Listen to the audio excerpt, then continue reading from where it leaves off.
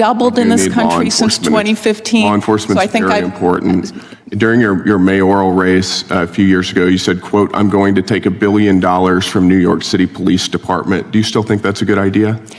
Well, I'm here to talk about hate crimes, not my run for city. I stand by my run for mayor, and I appreciate the opportunity to try to drive dollars to public safety. You have to cut the police budget and change what we mean by policing. Do you still stand by that statement as well?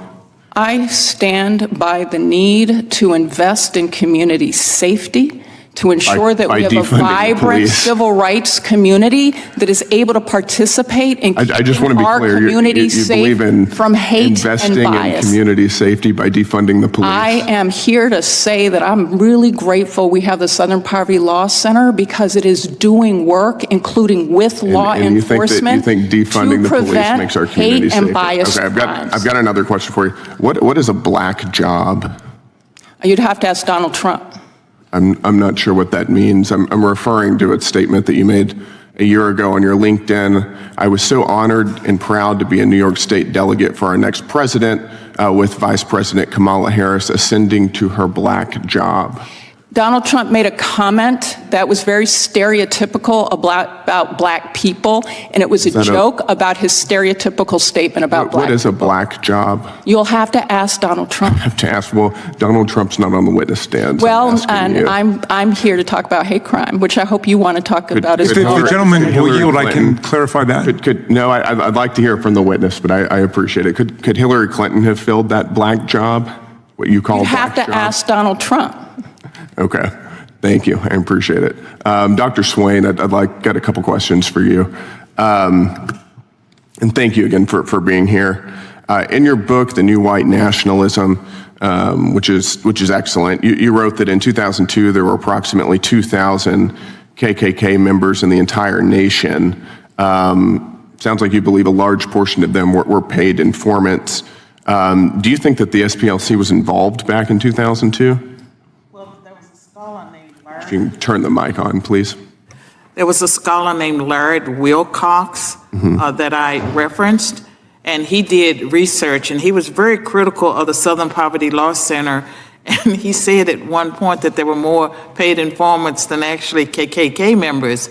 And I would concede that the Southern Poverty Law Center was very successful as far as bankrupting the neo-Nazis and the KKK. So I would concede that, but I will also argue that as early as 2009, when I wrote the article that triggered the Southern Poverty Law Center, at that time the new Black Panther Party was patrolling the polls, I think in Philadelphia, and they were intimidating white people, and they had sticks in their hands, and the Southern Poverty Law Center had not labeled them as a hate group. And so in the blog, where I ended with, instead of monitoring hate groups, the Southern Poverty Law Center has become one.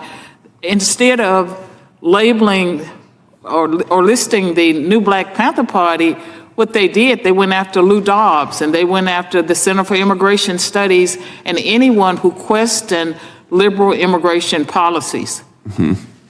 And we've got about 15, 20 seconds left.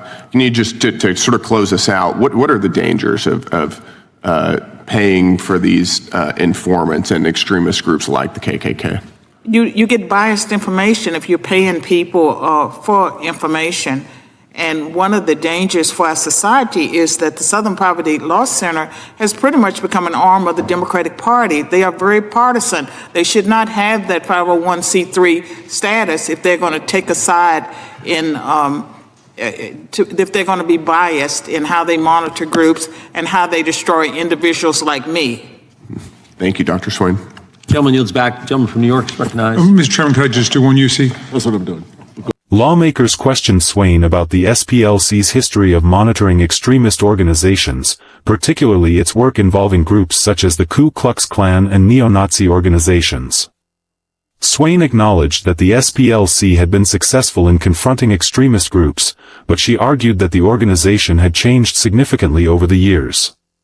She raised concerns about the use of paid informants and questioned whether relying on such sources could produce biased information.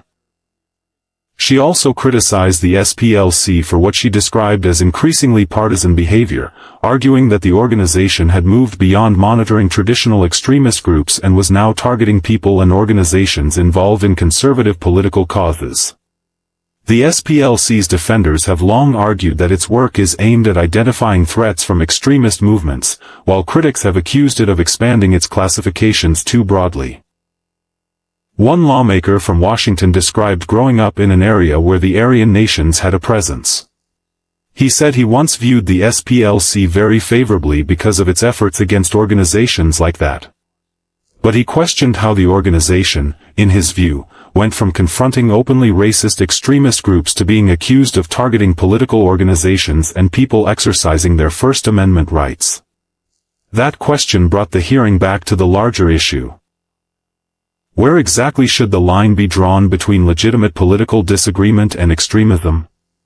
The debate becomes especially complicated when organizations such as Moms for Liberty or other conservative groups become part of the conversation.